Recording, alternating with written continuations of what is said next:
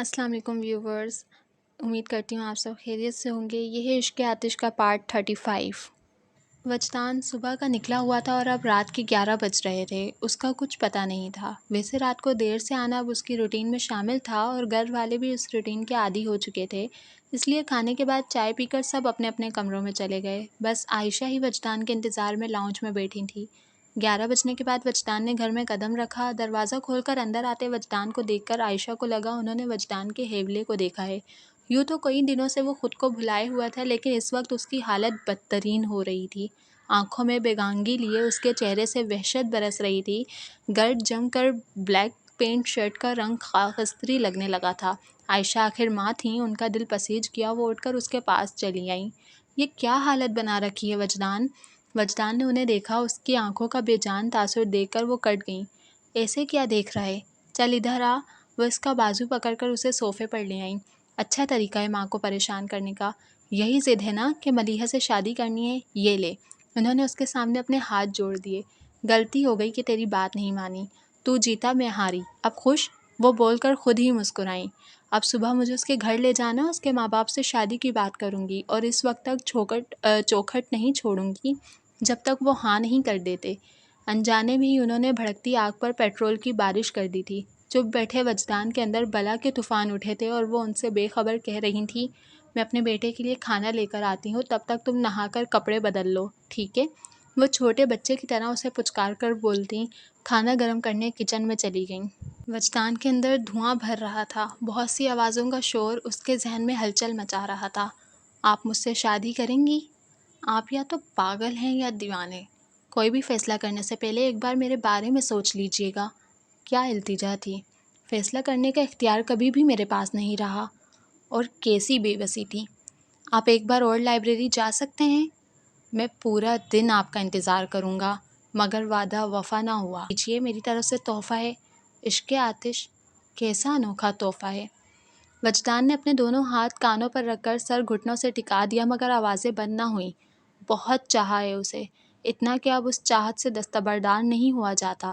اس سے الگ ہونے کا خیال میرے جسم سے روح کھینچ رہا ہے۔ وجدان کو کفن میں لپٹی ملیحہ کا چہرہ یاد آ گیا۔ اس نے کہا تھا، میں قیامت تک آپ کا انتظار کروں گا، اور قیامت تک کا انتظار اس کی قسمت میں لکھ دیا گیا تھا۔ وجدان نے تیز ہنسی کی آواز سنی تھی۔ اسے لگا تقدیر اس کا مذاق اڑا رہی ہے۔ وہ بازوؤں میں سر چھپا کر دھورا ہوا بیٹھا رہا۔ اس بار چوڑیاں کھنکنے کی آواز سنائی دی تھی۔ وجدان نے سر اٹھا کر دیکھا تو اسے لاؤنج کے کھلے دروازے سے باہر پلر کے پاس چاندنی میں ڈھلا ایک پیکر دکھائی دیا، جیسے کوئی ہاتھ بڑھا کر بارش کے قطروں کو ہتھیلیوں پر جذب کرتا ہے۔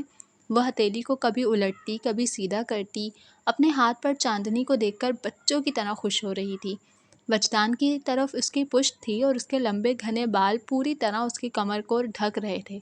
پھر وجدان پہلی نظر میں ہی اسے پہچان گیا، مگر حیرت کی وجہ سے اس کا نام وجدان کی زبان سے چند سیکنڈ تاخیر کے بعد سرسراتی ہوئی آواز میں نکلا، ملیحہ؟ وجدان کی آواز پر اس نے فوراً پلٹ کر دیکھا۔ وہ ملیحہ ہی تھی۔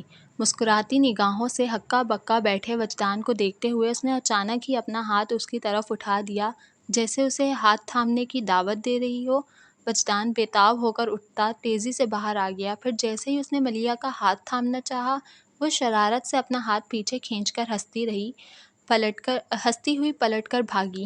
رکیے ملیحہ، اس نے آواز دی۔ ملیحہ نے پلٹ کر تو دیکھا، مگر رکی نہیں اور بھاگتی ہوئی گیٹ سے نکل گئی۔ ملیحہ پلیز رک جائیں، وجدان اسے آواز دیتا خود بھی گیٹ کی طرف لپکا۔ وہ گیٹ سے باہر نکلا تو ملیحہ دونوں ہاتھ پشت پر باندھے سامنے کھڑی شرارت سے اسے دیکھ رہی تھی۔ وجدان چلتا ہوا اس کے پاس آیا اور وہ مسکراتے ہوئے قدم پیچھے کی طرف لینے لگی۔ میں کب تک آپ کو بلاتا رہوں گا؟ آپ کب تک مجھ سے دور بھاگتی رہیں گی؟ اب بس کر دیں، وہ بکھر کر شکایت کر رہا تھا، مگر ملیحہ الٹے پیروں پر چلتی رہی۔ پھر اچانک ہی وجدان نے اسے روکنے کے لیے لپک کر اس کا ہاتھ تھامنا چاہا اور وہ تیزی سے پیچھے ہٹتی پلٹ کر بھاگنے لگی۔ وجدان بھی اس کے پیچھے دوڑتا چلا گیا۔ عائشہ کھانے کی ٹرے لیے لاؤنج میں آئی تو وجدان وہاں نہیں تھا۔ انہوں نے اس کی تلاش میں ادھر ادھر دیکھا تو کھلے دروازے سے انہوں نے وجدان کو گیٹ کی طرف بھاگ کر جاتے دیکھا۔ وہ اسے آوازیں لگاتی دروازے تک آئیں، مگر وہ گیٹ سے نکل چکا تھا۔ واپس پلٹ کر انہوں نے ٹرے ٹیبل پر رکھی اور تیز قدموں سے چلتی ہوئی گیٹ پر آ گئیں۔ انہوں نے سر باہر نکال کر دیکھا تو وجدان بھاگتا ہوا کسی گلی میں مڑ رہا تھا۔ ان کی چھٹی حس نے انہیں وارننگ دی تھی۔ وہ یکدم پلٹیں اور جتنا تیز دوڑ سکتی تھیں دوڑتی اپنے کمرے میں آ گئیں اور سوتے ہوئے مصطفیٰ عظیم کو جھنجھوڑ ڈالا۔ اٹھیے مصطفیٰ صاحب، وجدان کو روکیں، وہ کہیں چلا گیا ہے۔ وہ آنکھیں ملتے اٹھ بیٹھے۔ وجدان آ گیا؟ انہوں نے کچھ اور ہی سوال کیا۔ ہاں، اور چلا بھی گیا۔ میرے دل کو کچھ ہو رہا ہے مصطفیٰ صاحب، میرے بیٹے کو میرے پاس لے آئیں۔ وہ اصل صورتحال کو سمجھ نہیں پائے تھے، بس اتنا سمجھ آیا کہ وجدان گھر آیا تھا اور پھر چلا گیا۔ اب عائشہ چاہ رہی ہیں کہ مصطفیٰ عظیم اسے گھر لے کر آئیں۔ وہ بہت سے سوال کرنا چاہتے تھے کہ وجدان کیوں اور کہاں گیا ہے، اور اگر چلا گیا ہے تو پریشانی کی کیا بات ہے، واپس آ جائے گا۔ مگر جس طرح عائشہ مصطفیٰ کے ہاتھ پیر پھول رہے تھے، انہیں احساس ہوا کہ ضرور کوئی گڑبڑ ہوئی ہے اور ان کے پاس سوال کا وقت نہیں ہے۔ انہیں فوراً وجدان کے پیچھے نکلنا چاہیے۔ وہ جھٹکے سے اٹھ کھڑے ہوئے اور نائٹ ڈریس پہنے ہی سلیپر پاؤں میں اڑستے باہر بھاگے۔ عائشہ بھی باہر آ گئیں اور اپنے کمرے کے ساتھ والا دروازہ پیٹتے ہوئے مزمل کو آوازیں دینے لگیں۔ مصطفیٰ عظیم ان کی طرف دھیان دیے بغیر باہر نکلتے چلے گئے۔ ان کی اور مزمل کی کاریں پورچ میں کھڑی تھیں اور وجدان کی بائک بھی۔ اس کا مطلب وہ پیدل ہی گیا ہے۔ تیزی سے سوچتے وہ اس کی تلاش میں خود بھی پیدل ہی نکل پڑے۔ دروازہ کھول کر مزمل نے اپنی ماں کے حواس باختہ چہرے کو دیکھا تو فکرمندی سے پوچھا، کیا بات ہے امی؟ وجدان کہیں چلا گیا ہے، جاؤ مزمل اسے ڈھونڈ کر لاؤ۔ کہاں چلا گیا ہے اور پریشان کیوں ہو رہی ہیں؟ وہ بچہ نہیں ہے، واپس آ جائے گا۔ میرا دل کہہ رہا ہے مزمل وہ واپس نہیں آئے گا، تم جا کر اسے لے آؤ، تمہارے ابو بھی گئے ہیں۔ کیا کچھ ہوا ہے جو وہ چلا گیا؟ مزمل کو یہی سمجھ میں آیا کہ شاید وجدان کی ماں باپ سے کوئی بات ہوئی ہے اور وہ جھگڑا کر کے چلا گیا، ورنہ عائشہ اتنا پریشان کیوں ہوتی؟ مجھے نہیں پتا کہ کیا ہوا ہے، لیکن کچھ ہوا ضرور ہے۔ جب وہ آیا تو اس کے چہرے سے لگ رہا تھا کہ اس کے ساتھ کچھ ہو گیا ہے۔ دیر مت کرو مزمل، جاؤ جا کر اپنے بھائی کو ڈھونڈو۔ وہ رونے لگیں تو مزمل کے پیچھے کھڑی ہوئی انیکا آگے نکل کر ان کے پاس آئی اور انہیں ساتھ لگا کر چپ کرانے لگی۔ امی پلیز آپ روئیں تو مت، میں جا کر اسے لاتا ہوں۔ ان کے رونے پر اس نے پریشان ہو کر کہا اور پھر اندر سے گاڑی کی چابی اٹھا کر باہر نکل گیا۔ گاڑی لے کر گلیوں میں گھومتے مزمل کو وجدان تو نہیں ملا، لیکن مصطفیٰ عظیم مل گئے۔ اس نے کار روک کر انہیں ساتھ بٹھا لیا، پھر دونوں باپ بیٹا گلیوں کو چھوڑ کر مین روڈ پر وجدان کو تلاش کرنے کے لیے نکل گئے۔ 2 گھنٹے کی تلاش کے بعد وہ نامراد لوٹ آئے۔ وجدان نہیں ملا؟ عائشہ کے سوال پر مصطفیٰ عظیم کو لگا وہ اچانک ہی بہت بوڑھے ہو گئے ہوں۔ وہ شکستہ انداز میں گردن جھکا کر بیٹھ گئے۔ انتظار کر کے دیکھتے ہیں، ہو سکتا ہے صبح تک وہ خود ہی آ جائے۔ انیکا نے مرجھائے چہروں پر امید جگانی چاہی۔ میں وجدان کے دوستوں کو فون کرتا ہوں۔ کسی کو مخاطب کیے بغیر کہہ کر مزمل اٹھا اور ٹیلی فون اسٹینڈ سے ڈائری اٹھا کر اس میں سے وجدان کے دوستوں کے نمبر تلاش کرنے لگا۔ سب سے پہلے اسے آفاق کا نمبر نظر آیا۔ اس نے ریسیور اٹھایا اور نمبر ڈائل کرنے لگا۔ نہیں مزمل بھائی، وجدان یہاں تو نہیں آیا، بلکہ میں نے خود اسے آپ کے گھر ڈراپ کیا تھا۔ اچھا؟ ان کی آواز سست ہو گئی۔ مزمل بھائی ایسا کرتے ہیں، میں آپ کی طرف آ جاتا ہوں، پھر مل کر اسے ڈھونڈتے ہیں۔ آفاق واقعی پریشان ہو گیا تھا۔ فی الحال اس کی ضرورت نہیں، ابو اور میں اسے تلاش کر رہے ہیں۔ پھر تمہاری اپنی فیملی کرائسس سے گزر رہی ہے، امی نے بتایا تھا تمہاری کزن کے بارے میں، سن کر واقعی افسوس ہوا۔ آفاق لب کاٹنے لگا۔ اچھا، میں باقی دوستوں کی طرف ٹرائی کرتا ہوں، شاید وہاں مل جائے، اور اگر وہ تمہاری طرف آئے تو فون کر دینا۔ جی مزمل بھائی، ویسے کہنے کی ضرورت نہیں، میں سمجھ سکتا ہوں آپ اس وقت کتنے پریشان ہوں گے۔ اللہ حافظ۔ دوسری طرف سے لائن ڈسکنیکٹ ہو گئی تو آفاق نے ریسیور کریڈل پر ڈال دیا۔ سمیرا کو اچانک ہی وہ بہت تھکا ہوا لگنے لگا تھا۔ وہ اس کے پاس آئی اور آہستہ سے اس کے کندھے پر ہاتھ رکھ دیا۔ آفاق اس کے ہاتھ پر ہاتھ رکھتے ہوئے آہستگی سے بولا، سمجھ نہیں آ رہا یہ سب کیا ہو رہا ہے۔ پہلے ملیحہ کی طرف سے بری خبر ملی، اب وجدان کی طرف سے ڈھرکا لگ گیا ہے۔ کیا ہوا؟ سمیرا نے سہم کر پوچھا۔ وجدان گھر سے چلا گیا ہے۔ تو کیا ہوا، واپس آ جائے گا؟ تم سمجھ نہیں رہی ہو، وہ اپنے حواسوں میں نہیں ہے۔ مجھے تو ڈر ہے وہ کہیں کوئی حماقت نہ کر بیٹھے۔ آفاق پریشان تھا وجدان کے لیے، اور جب کچھ نہ سوجھا تو گاڑی لے کر وجدان کی تلاش میں نکل پڑا۔ نیکسٹ۔ بابا جان کو ملیحہ کے مر جانے پر اتنی حیرت نہیں ہو رہی تھی جتنی اپنے زندہ ہونے پر ہو رہی تھی۔ سر چیئر کی پشت سے لگا کر ملیحہ کی تصویر کو دیکھتے ہوئے وہ اپنے لٹ جانے کا سوگ منا رہے تھے۔ نیا دن طلوع ہو رہا تھا، لیکن بابا جان کی زندگی کے اندھیروں کو روشن کرنے جتنی طاقت اب کسی سورج میں نہیں تھی۔ دستک دیے بغیر نور الہدیٰ دروازہ کھول کر اندر آئے تھے اور چلتے ہوئے بابا جان کے سامنے جا کھڑے ہوئے۔ بابا جان نے ان کی طرف دیکھا اور انہوں نے بابا جان کے بھیگے چہرے کو آپ کیوں رو رہے ہیں بابا جان؟ انہوں نے حیرت سے استفسار کیا۔ بیٹی کی موت کا دکھ تو آپ کو ہو نہیں سکتا، تو کیا یہ خوشی کے آنسو ہیں؟ کیا کہہ رہے ہو؟ ان کی تو جیسے کسی نے گردن پر چھری پھیر دی ہو۔ مر جاؤں گی تو تمہیں اب کندھوں پر اٹھا کر اپنے ہاتھوں سے دفناؤں گا۔ نور الہدیٰ ٹھہر ٹھہر کر بولے۔ بابا جان نے سانس تک روک لیا۔ بہت شوق تھا آپ کو اسے دفنانے کا؟ کہیے، اسے دفنا کر کیسا لگ رہا ہے؟ وہ نور الہدیٰ کو رحم طلب نظروں سے دیکھ رہے تھے، لیکن نور الہدیٰ کو ان پر رحم نہیں آیا۔ کیا آپ مجھے اس کا گناہ بتائیں گے جس کی پاداش میں آپ نے اس پر زندگی حرام کر دی؟ بس کرو نور الہدیٰ، وہ برداشت نہیں کر سکے۔ میں نے ایسا کچھ نہیں کیا، اور کرتا بھی کیوں؟ آخر وہ میری بیٹی تھی، نور الہدیٰ چٹک کر بولے۔ یہی تو میں آپ سے پوچھنا چاہتا ہوں بابا جان، کہ آخر وہ آپ کی بیٹی تھی، پھر کیوں آپ نے اپنی ہی بیٹی کو مار ڈالا؟ بابا جان حیرت کی زیادتی سے گنگ رہ گئے، پھر اس الزام پر تڑپ اٹھے۔ چاہو تو مجھے جان سے مار دو نور الہدیٰ، لیکن مجھ پر اتنا بھیانک الزام مت لگاؤ۔ میں نے ملیحہ کو نہیں مارا، اسے ہارٹ اٹیک ہوا تھا، اور یہ بات تم بھی جانتے ہو۔ اور ملیحہ کو ہارٹ اٹیک کیوں ہوا تھا؟ وہ برفیلے لہجے میں سوال کر رہے تھے۔ 20 سال کی عمر میں ہارٹ اٹیک بے وجہ نہیں ہوا کرتا۔ مجھے وہ وجہ بتائیں گے جو اس کے ہارٹ اٹیک کا سبب بنی؟ سرد آواز اور بے تاثر چہرہ، ان دو چیزوں کے ساتھ بابا جان نے بہت سے لوگوں کو بے بس کیا تھا۔ آج وہ خود ان دونوں کے آگے بے بس ہو گئے تھے۔ ان کا دایاں ہاتھ دونوں ہاتھ میں لے کر دھیرے دھیرے کہنے لگے، ملیحہ کیوں مر گئی؟ اس سوال کا جواب دینے کے لیے آپ کو ایک اعتراف کرنا ہے، اور اس اعتراف کے بعد ہو سکتا ہے ملیحہ تو آپ کو معاف کر دے، لیکن بابا جان، میں آپ سے وعدہ کرتا ہوں کہ قیامت تک تو کیا، اس کے بعد بھی میں آپ کو کبھی معاف نہیں کروں گا۔ اپنی بات کہہ کر وہ رکے نہیں اور اٹھ کر باہر نکل گئے۔ بابا جان ابھی تک سکتے کی کیفیت میں تھے، پھر ان کا دھیان اپنی گود میں رکھی ڈائری کی طرف گیا۔ انہوں نے ڈائری اٹھا کر کھولی، پھر پڑھنے لگے۔ ڈائری کیا تھی؟ ان کے جرائم کی فہرست تھی۔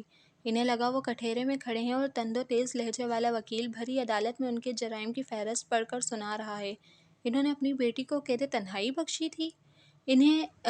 اس نے ہر قدم پر اس کے جذبات مجروح کیے، اور آخر بات وہاں تک آ پہنچی جہاں انہوں نے ملیحہ کو ایسے دوراہے کی طرف دھکیل دیا جہاں اگر ملیحہ پر زندگی مشکل اور موت آسان ہو گئی تھی۔ الزام کڑے تھے، لیکن بابا جان کے پاس اپنی صفائی میں کہنے کے لیے کچھ بھی نہیں تھا۔ ہر الزام سچا تھا اور ہر جرم حقیقت۔ اعتراف کے سوا اور کیا راستہ تھا؟ ڈائری ان کے ہاتھ سے چھوٹ کر گود میں گری، پھر سرک کر ان کے پیروں پر اوندھی جا پڑی۔ پچھتاوے سے زیادہ اذیت کسی احساس میں نہیں، اور اعتراف سے زیادہ کرب انگیز کچھ نہیں ہوتا۔ وہ بھیگی آنکھوں کے ساتھ چلانے لگے، میں نے ملیحہ کو مار ڈالا، میں نے اپنی ہی بیٹی کی جان لے لی۔ کوئی ہے جو مجھ جیسے ظالم باپ کی گردن اتار دے جس نے اپنی اولاد کا خون کیا ہو؟ مار ڈالا میں نے اپنی بچی کو، اپنی بیٹی کا قاتل ہوں میں۔ میری ملیحہ میرے ہاتھوں مر گئی۔ لوگوں، مجھے مار ڈالو۔ ان کی آواز کمرے کی دیواروں سے ٹکرا کر گونجتی ہی رہی۔ نیکسٹ۔ فجر کی اذانوں کے ساتھ کراچی کے مضافات میں زندگی معمول کے مطابق جاگ اٹھی تھی۔ چاچا ہوٹل کے مالک چاچا روز کی طرف اپنی بھینسوں کا دودھ نکال کر چھوٹے کی ہمراہی میں تڑکے ہی پہنچ گئے تاکہ گاہکوں کے آنے سے پہلے ان کے ناشتے کا بندوبست ہو سکے۔ ویسے بھی اس ہوٹل پر گاہک بہت آتے تھے۔ ایک تو یہ وجہ تھی کہ یہ ہوٹل ہائی وے کے ساتھ تھا، اور دوسرے آس پاس 50 کلومیٹر تک کوئی دوسرا ہوٹل نہیں تھا، اس لیے ہائی وے سے گزرنے والے ٹرک ڈرائیوروں کو پیٹ پوجا کے لیے چاچا ہوٹل میں ہی رکنا پڑتا۔ چاچا تو دودھ کی بالٹیاں سائڈ میں رکھ کر تھڑے پر بیٹھا غرارے کرنے لگا اور چھوٹا چارپائیوں کو بازیاب کرنے کے لیے کچن کے دروازے کا تالا کھولنے لگا۔ تبھی اس کی نظر تندور کے ساتھ رکھے لکڑیوں کے ڈھیر پر پڑی۔ اسے وہاں کوئی چھپا ہوا نظر آیا۔ اس نے فس فس کی آواز نکال کر چاچا کو متوجہ کر کے لکڑیوں کے ڈھیر کی طرف اشارہ کیا۔ چاچا نے آنکھیں سکیڑ کر ڈھیر کو دیکھا، پھر کسی کی جھلک پا کر وہ تھڑے سے اتر آیا۔ پہلوان تھا، اس نے چھپے ہوئے سے ڈرنے کی ضرورت محسوس نہیں کی اور اس کے سر پر پہنچ کر اس کا شانہ دبوچ لیا۔ ہاں بھائی، بول، کون ہے تو اور ادھر گھسا کیا کر رہا ہے؟ شش! اس نے فوراً منہ پر انگلی رکھ کر اسے چپ ہونے کو کہا، پھر ادھر ادھر دیکھ کر اس کے کان کے پاس سرگوشی کی۔ آہستہ بولو، نہیں تو انہیں پتہ چل جائے گا کہ میں یہاں پر چھپا ہوں۔ کس کو پتہ چل جائے گا؟ چاچا اسی کے لہجے میں بولے۔ وہ جو اندر ہیں۔ اس نے کچن کے دروازے کی طرف اشارہ کیا۔ چھوٹے نے ڈر کے مارے تالا ہاتھ سے چھوڑ دیا اور دروازے سے 2 قدم پیچھے ہٹ کر کھڑا ہو گیا۔ دروازے پر تو تالا ہے، پھر کوئی اندر کیسے جائے گا؟ چاچا بولا۔ وہ دروازے سے نہیں گئیں۔ پھر؟ چاچا نے چونک کر پوچھا۔ وہ وہاں سے اندر گئی ہیں، چاچا اور چھوٹے نے اس کے ہاتھ کے اشارے کی طرف دیکھا تو ہنس پڑے۔ اوئے وہ یہاں سے اندر گئی ہیں، کمال ہو گیا۔ چاچا نے روشن دان کی طرف دیکھ کر ہنستے ہوئے کہا جس میں سے کوئی بچی بھی مشکل سے گزرتی، اور اس کی باتوں سے تو لگتا تھا وہ کسی خاتون کا ذکر کر رہا ہے۔ ہاں، وہ سنجیدگی سے بولا، تم انہیں بتانا نہیں کہ میں یہاں ہوں، اگر انہیں پتہ چلا تو وہ بھاگ جائیں گی۔ چل نہیں بتاتے، پر ہمارے ملنے پر تو پابندی نہیں ہے۔ او چھوٹے، تالا کھول۔ وہ بدستور مذاق اڑاتے ہوئے چھوٹے سے بولا جس نے تالا تو کھول دیا لیکن دروازہ بھیڑا رہنے دیا۔ تو اسی لیے چھوٹا ہے۔ چاچا اس کے خوف پر اسے ملامت کرتا کچن کا دروازہ کھول کر اندر چلا گیا۔ چھوٹا بھی خوف زدہ ہوتا اندر آیا، پھر وہاں تو کوئی نہیں تھا۔ اس نے سکھ کا سانس لیا اور چارپائیاں باہر بچھانے لگا۔ اس نے اوٹ میں ہو کر اندر جھانکا، پھر انہیں نہ پا کر وہ کچن میں آ گیا۔ وہ کہاں چلی گئیں؟ او پائیا، یہاں کوئی نہیں ہے۔ نہیں، وہ ادھر ہی تھیں، میں نے خود دیکھا تھا۔ وہ سڑک کراس کر کے یہاں آئیں، پھر تندور پر چڑھ کر انہوں نے روشن دان سے اندر چھلانگ لگا لی۔ وہ ضرور مجھ سے چھپ رہی ہیں، اس نے کہا، پھر پلیٹیں اٹھا کر دیکھتا اور گلاس جھاڑتا ہوا انہیں ایسے تلاش کرنے لگا جیسے سوئی ہو۔ دیکھ، روشن دان سے چھلانگ لگا کر اندر آئی تھی، اب روشن دان سے چھلانگ لگا کر باہر چلی گئی ہوگی۔ ایسا کر تو اسے باہر جا کر ڈھونڈ۔ شاباش، اس نے پچکار کر کہا۔ ادھر وہ بھی ان کو نہ پا کر مایوس ہو گیا۔ وہ باہر آ گیا اور سڑک پر آنکھیں گھما گھما کر دیکھتا جیسے اندازہ کرنے لگا کہ وہ کدھر گئی ہوں گی۔ پھر ایک سمت کا تعین کر کے وہ دوڑ پڑا۔ جوتے نہ جانے کب اس کے پیروں سے نکل گئے تھے، ویسے بھی رات بھر بھاگنے کے بعد اب اس کے زخمی پاؤں جوتا پہننے کے قابل رہے بھی نہیں تھے۔ وہ ننگے پاؤں سڑک پر بھاگتا چلا جا رہا تھا۔ چاچا، یہ کون تھا؟ چھوٹے نے سوال کیا۔ پاگل تھا بیچارہ، چاچا نے کہہ کر چارپائی اٹھائی اور بچھانے کے لیے باہر لے آیا۔ نیکسٹ۔ رات آفاق کے آنے کے بعد ساجد بھی جلد ہی پہنچ گیا تھا۔ ساری رات وجدان کی تلاش جاری رہی، دستکیں ہوتی رہیں، فون بجتے رہے، مگر لا حاصل۔ اتنا تو بتا دو عائشہ کہ آخر ہوا کیا تھا؟ مصطفیٰ عظیم کے لہجے میں بھی تھکن تھی۔ کتنی بار کہوں مصطفیٰ صاحب کہ کچھ نہیں ہوا تھا، وہ جب گھر آیا تو پہلے سے ہی پریشان تھا، بلکہ وہ تو کئی دنوں سے ملیحہ والے معاملے پر اپسیٹ تھا۔ مجھ سے دیکھا نہیں گیا اور اس سے کہا کہ وہ ملیحہ سے شادی کر لے، مجھے کوئی اعتراض نہیں ہے۔ پھر میں اس کے لیے کھانا لینے چلی گئی، واپس آئی تو وہ گیٹ سے باہر نکل رہا تھا، اور بس اس سے زیادہ مجھے کچھ معلوم نہیں۔ لیکن آفاق کو بہت کچھ معلوم تھا۔ اس نے ملیحہ کے نام پر ان کو دیکھا، پھر سر جھکا کر نفی میں سر ہلانے لگا۔ ابو، میں سوچ رہا تھا کہ ہمیں ہاسپٹل میں دیکھ لینا چاہیے، کہیں کوئی حادثہ نہ ہو گیا ہو۔ کچھ دن پہلے کے واقعے کو نظر میں رکھتے ہوئے مزمل نے کہا تو ساجد تائید کرنے لگا۔ بالکل ٹھیک کہا مزمل بھائی، ہمیں اس امکان کو نظر انداز نہیں کرنا چاہیے۔ تو پھر چلیں، آفاق اٹھتے ہوئے بولا تو باقی تینوں بھی فوراً ہی اٹھ گئے۔ پھر شہر کا کوئی ہاسپٹل اور کلینک ایسا نہیں بچا تھا جہاں ان لوگوں نے وجدان کو تلاش نہ کیا ہو، لیکن وہ کہیں نہیں ملا۔ گھر لوٹنے پر ان کے مایوس چہروں کو دیکھ کر عائشہ نے نم آنکھوں سے اپنے شوہر کو دیکھتے ہوئے کہا، کمال ہے مصطفیٰ صاحب، میں ماں ہوں، پھر بھی جس وقت سے آپ گئے ہیں مستقل دعا کر رہی تھی کہ کاش میرے بیٹے کا ایکسیڈنٹ ہو گیا ہو، اور آپ باپ ہو کر بھی بیٹے کو لیے بغیر آ گئے ہیں۔ مصطفیٰ عظیم نے ان کی طرف دیکھا، پھر نظر چراتے ہوئے سر پکڑ کر بیٹھ گئے۔ کسی خیال کے تحت مزمل نے انیکا کو مخاطب کیا۔ انیکا، تم ذرا دھیان سے وجدان کے کمرے کی تلاشی لو، شاید وہ اپنا کوئی سراغ چھوڑ گیا ہو۔ آپ کے کہنے سے پہلے ہی میں یہ کام کر چکی ہوں اور مجھے اس کے کمرے سے ایسی کوئی چیز نہیں ملی۔ البتہ… اتنا بول کر وہ چپ ہوئی تو مزمل فوراً بولا، کیا؟ وجدان کا NIC اور اس کا ڈرائیونگ لائسنس اور چیک بک وغیرہ سب غائب ہیں۔ میں نے باقی جگہ بھی چیک کیا ہے مگر کہیں نہیں ملے۔ وہ جو کہنا چاہتی تھی سب پل میں سمجھ گئے۔ اس کا مطلب وجدان اپنے ضروری ڈاکیومنٹس اور چیک بک ساتھ لے گیا ہے، اور اگر ایسا ہے تو وہ جہاں بھی گیا ہے یقیناً واپسی کے ارادے سے نہیں گیا۔ ساجد پریشان کن لہجے میں بولا۔ مصطفیٰ عظیم تو کچھ کہنے کے لائق ہی نہیں رہے تھے اور عائشہ بھی دوپٹے میں منہ چھپا کر سسکنے لگیں۔ آفاق نے انیکا سے پوچھا، اس کے استعمال کی چیزوں میں سے اور کیا غائب ہے؟ اور تو کچھ بھی نہیں، اس کے کپڑے، جوتے اور باقی سامان سب اپنی جگہ پر ہے، بلکہ مجھے اس کا والیٹ بھی اس کے بیڈ کے دراز میں رکھا ملا تھا، اور تو اور وہ ملیحہ کی تصویریں بھی گھر پر چھوڑ کر گئے۔ ملیحہ کی تصویریں؟ ایک دم ہی آفاق کے لہجے سے حیرت بھری آواز نکلی۔ ہاں، انیکا نے کہا، پھر ایک لفافہ آگے بڑھاتے ہوئے بولی، یہ مجھے وجدان کی کتابوں میں رکھا ملا تھا۔ آفاق سے پہلے مزمل نے وہ لفافہ اس کے ہاتھ سے لے کر تصویریں نکالیں اور ایک تصویر پکڑ کر باقی مصطفیٰ عظیم کے ہاتھ میں دے دیں۔ ساجد نے ان کے ہاتھ سے 2 تصویریں لے کر ایک آفاق کو دی اور ایک خود دیکھنے لگا۔ پہلی نظر میں ہی وہ پہچان گیا کہ یہی وہ تصویریں ہیں جو وجدان نے اس کے کیمرے سے کھینچی تھیں، مگر اسے تردد ہوا، یہ کیسے معلوم ہو کہ یہی ملیحہ ہے؟ عائشہ مصطفیٰ نے تصویروں کی طرف ہاتھ نہیں بڑھائے، وہ یقیناً یہ تصویریں پہلے ہی دیکھ چکی تھیں۔ تم کیسے کہہ سکتی ہو کہ یہ ملیحہ کی تصویریں ہیں؟ مصطفیٰ عظیم نے وہ سوال کیا جو سب کے ذہنوں میں تھا۔ میں ملیحہ سے مل چکی ہوں، اس نے بم پھوڑا تھا۔ سب کے منہ حیرت سے کھل گئے۔ مزمل نے سرسراتے لہجے میں پوچھا، کب؟ وہ بتانے لگی، جس دن وجدان کا ایکسیڈنٹ ہوا تھا وہ وجدان سے ملنے گھر آئی تھی اور اس نے خود بتایا تھا کہ وہ ملیحہ فاروقی ہے۔ پھر اپنا نمبر دے کر کہا تھا کہ وجدان سے کہوں اسے کال کر لے، لیکن میں نے اس سے نمبر لے کر پھاڑ دیا۔ ویسے اب تو یہ بات صاف ہو چکی ہے کہ وجدان گھر چھوڑ کر چلا گیا ہے۔ بے دلی سے ملیحہ کی تصویر ٹیبل پر ڈالتے مزمل کے لہجے میں مایوسی تھی۔ میرا خیال ہے اب ہمیں پولیس کی مدد لے لینی چاہیے، شاید وہ اسے ڈھونڈ سکیں۔ مصطفیٰ عظیم کے چہرے پر ویرانی مستقل ڈیرہ ڈال چکی تھی۔ وہ کمزور سے لہجے میں کسی کو مخاطب کیے بغیر بولے تھے۔ لاؤنج میں بیٹھا ہر شخص ان کے اندر کی تھکن کو محسوس کر کے سر جھکا گیا۔ پریشانی سے ہونٹ کاٹتے ان کی آنکھیں نم ہو رہی تھیں۔ وجدان سے ان کی محبت کسی سے ڈھکی چھپی نہیں تھی۔ ان کے لیے یہ سانحہ واقعی بہت عظیم تھا۔ شوہر کو نا امید ہوتے دیکھ کر عائشہ کی اپنی طاقت بھی کمزور پڑ گئی تھی۔ انہوں نے اپنی آنکھوں کو چھلکنے سے باز رکھنے کے لیے کوئی کوشش نہیں کی۔ ان کو روتے دیکھ کر مزمل کی افسردگی گہری ہو گئی۔ اسے بیک وقت وجدان پر غصہ بھی آ رہا تھا اور اس کے لیے بڑے بھائی کی طرح پریشان بھی ہو رہا تھا۔ مصطفیٰ عظیم طویل خاموشی کے بعد تھکے ہوئے لہجے میں بولے، تم نے مجھ سے میرا بیٹا چھین لیا ہے عائشہ۔ انہوں نے اپنے شوہر کی طرف دیکھا اور بے بسی سے بولی، مگر میں تو اجازت دے چکی تھی مصطفیٰ صاحب، پھر کیوں؟ بات ادھوری چھوڑ کر وہ آنسو پینے لگیں۔ ملتے ہیں جی نیکسٹ پارٹ میں، جب تک کے لیے اپنا خیال رکھیے گا۔ اللہ حافظ۔